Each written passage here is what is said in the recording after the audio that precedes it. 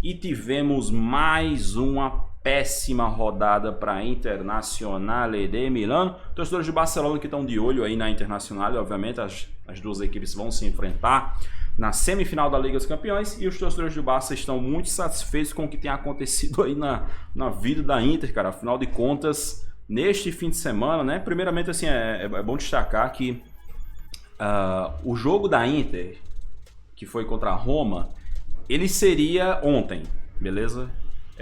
Os jogos da Série A, a gente teve alguns jogos aí que seriam ontem, que foram passados para hoje, porque ontem era o velório do Papa Francisco, que acabou falecendo nesta semana, beleza? E obviamente não tem como rolar jogo no dia do velório do Papa, né? Daí eles passaram os jogos pro domingo. O que, assim, pra Inter, cara, assim, a Inter já tá muito cansada na temporada, né? Já dá pra ver que os jogadores da Inter estão no limite. E aí agora eles vão ter um dia a menos de descanso pro jogo contra o Barcelona em Montjuic, né? Então para eles não foi legal, mas pior ainda foi a derrota que a Inter sofreu contra a Roma no San Siro, né, cara? Uma derrota, assim, que vem para coroar uma semana terrível da Internacional. Afinal de contas, a Inter sofreu agora a sua terceira derrota consecutiva, cara. É a segunda derrota seguida na Série A, né? Eles perderam na última rodada pro Bologna por 1-0, ali tomando um gol no último minuto do Orsolini, e agora perderam para Roma também por 1-0, tomando o gol ali do Solé, Chulé, você chama como você quiser, no primeiro tempo, beleza? E além disso, no meio de semana, eles também tomaram uma cipuada do Milan de 3-0 aí na semifinal da Copa da Itália. Eu fiz vídeo sobre esse jogo, tá? Quem quiser ver, tem vídeo aí no canal falando sobre a grande vitória do Milan sobre a Inter no meio de semana, totalizando 3 derrotas seguidas da Internazionale, algo que com toda certeza não é comum. Inclusive tem até uma estatística bem absurda sobre essas 3 derrotas, que já a gente vai chegar lá. Mas assim, esse jogo aqui, cara, o pior de tudo desse jogo, porque assim, no jogo contra o Bologna e no jogo contra o Milan, você ainda conseguia extrair boas coisas.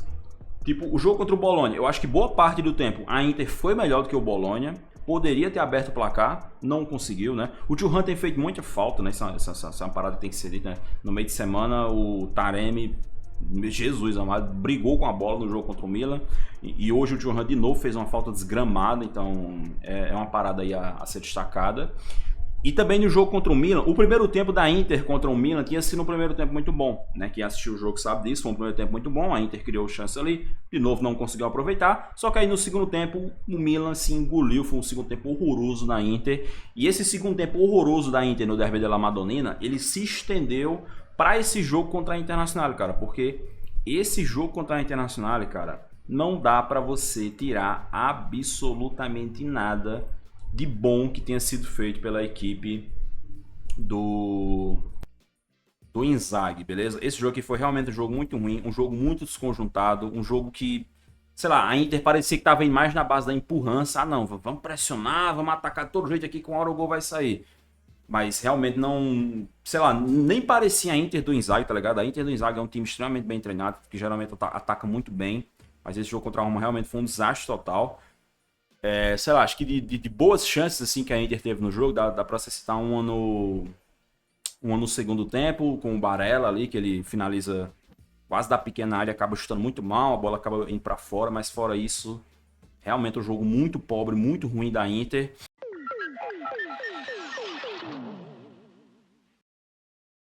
E assim, tem a questão dos desfalques? Tem a questão dos desfalques, né? Hoje, por exemplo, eles jogaram sem o Mkhitaryan, ainda sem o Thuram.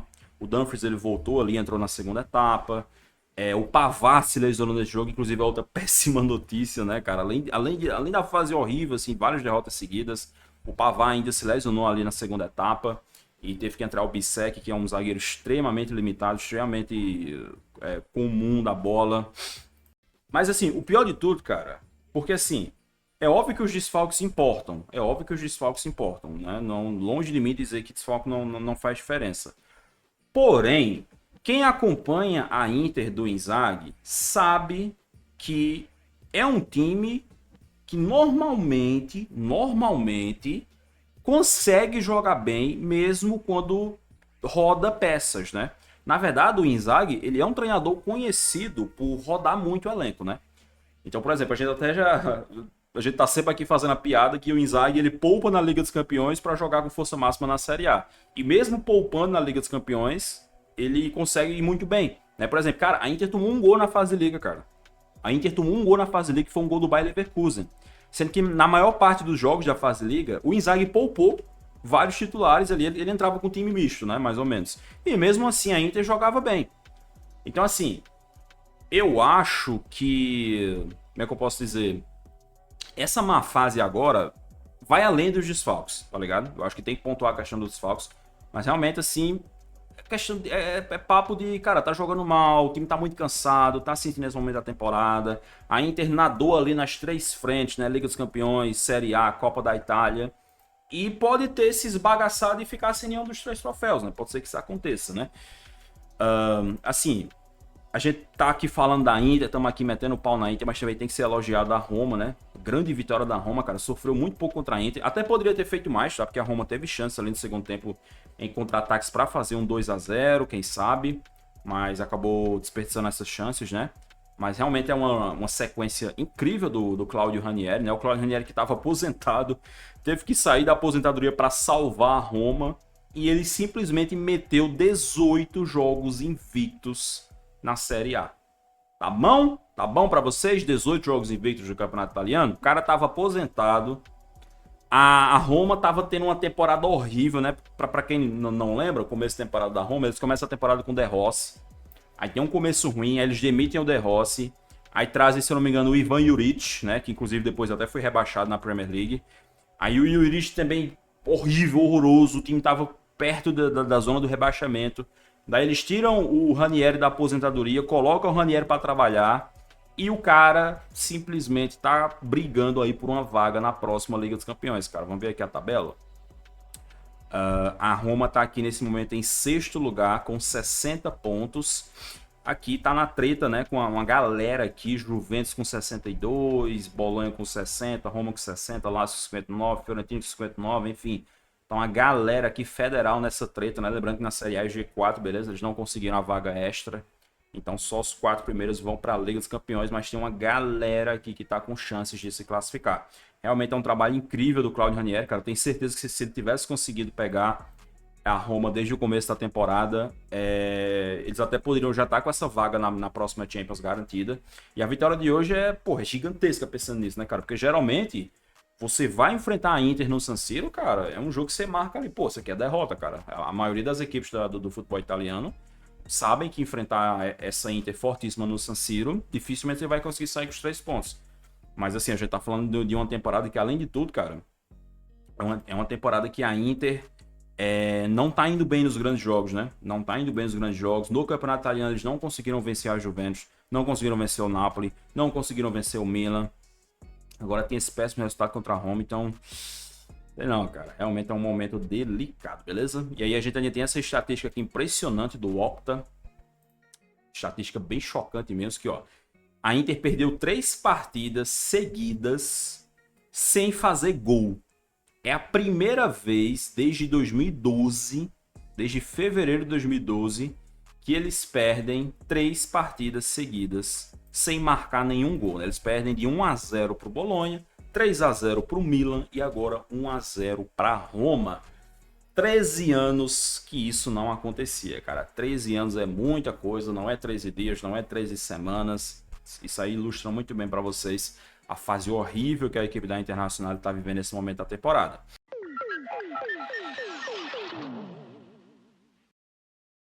Então, assim, o Barcelona, na minha opinião, já era o favorito. Só que eu achava, na época que saiu o confronto, né? Eu achava que o Barcelona ele tinha um pouco de favoritismo acima da Inter. Mas depois do que aconteceu nessas últimas 2 semanas, eu acho que o Barcelona vai chegar razoavelmente favorito, cara. Mas claro que o jogo da ida vai ser muito importante para a gente entender mais ou menos qual é a cara desse confronto. Porque o jogo da ida é na casa do Barcelona. Então, assim, se a Inter joga mal, que nem jogou nesses jogos aqui, cara, a chance do Barcelona matar no jogo da ida, igual matou contra o Borussia Dortmund, é real, tá? A Inter tem que abrir o olho para esse confronto aí. E quem se deu bem nessa brincadeirinha, nessa fase horrível da Inter, foi, obviamente, o Napolão aí. O Napoli que na semana passada, na rodada passada, tinha conseguido igualar a Inter em pontos, né? Aproveitou ali o tropeço da Inter contra o Bologna para igualar a pontuação.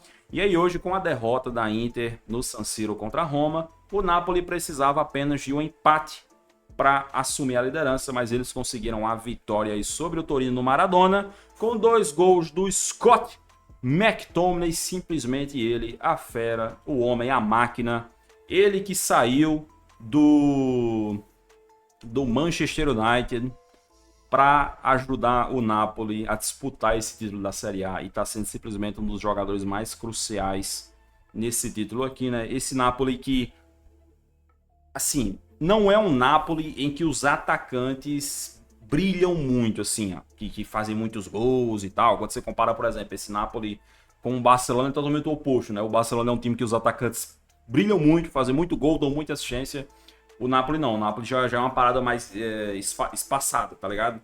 Tem gol dos atacantes, tem gol dos meios, tem gol dos defensores, é um time que não tem um dono, digamos assim, não tem aquele cara que concentra as estatísticas, né?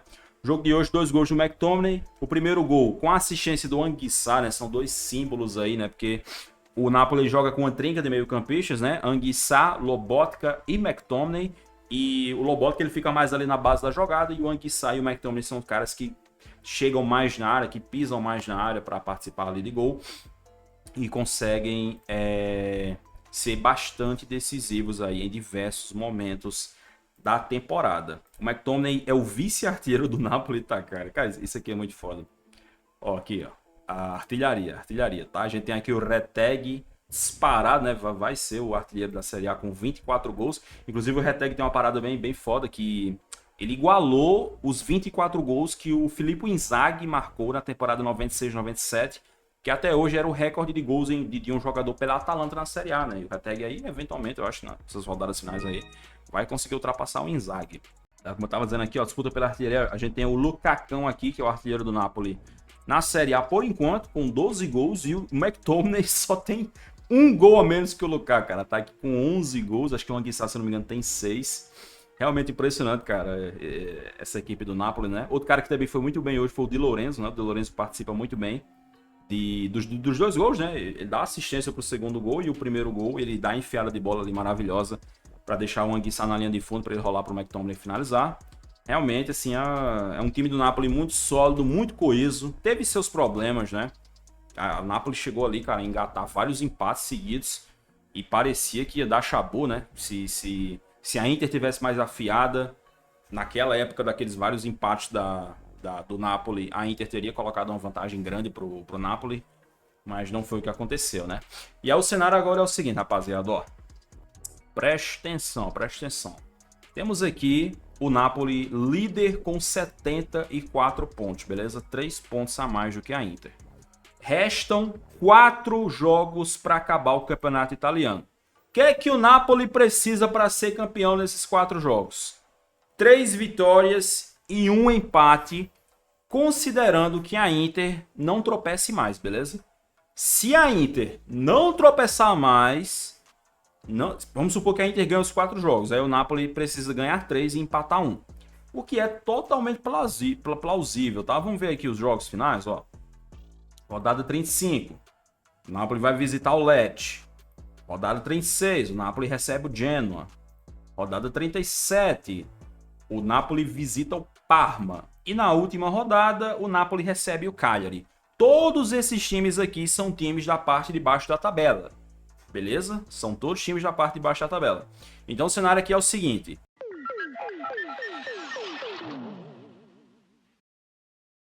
O Napoli depende apenas de si para ser campeão italiano.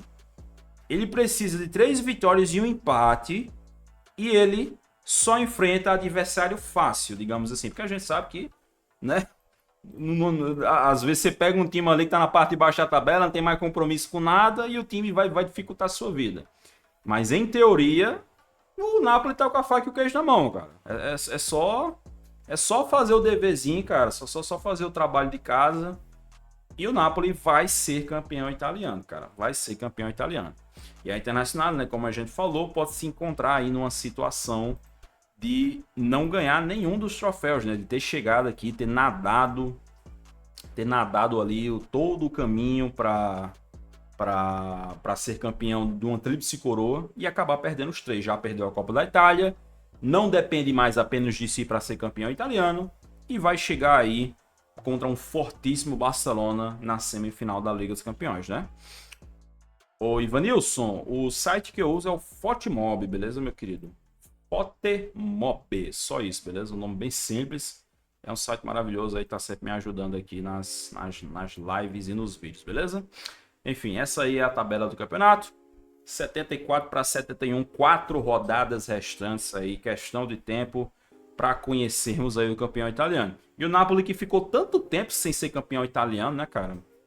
Não era campeão italiano desde a época do Maradona, ganhou agora recentemente em 2023 com aquele time do Spalletti, Kvaratskhelia, Osimhen. E agora já pode voltar, já pode conquistar mais um Scudetto apenas 2 anos depois aí, né? Com um time que tem remanescentes, né? Esse time do Napoli, ele tem remanescentes do time do Napoli e do Spalletti, como por exemplo o Di Lorenzo, o Lobotka, o Anguissa, quem mais? O Politano. Mas dá para se dizer que é um time bem diferente, né? Esse time do Napoli aqui, quando você compara com aquele Napoli do Spalletti, são duas equipes totalmente diferentes, até porque o Antônio Conte e o Spalletti são treinadores de futebol bem diferentes, beleza?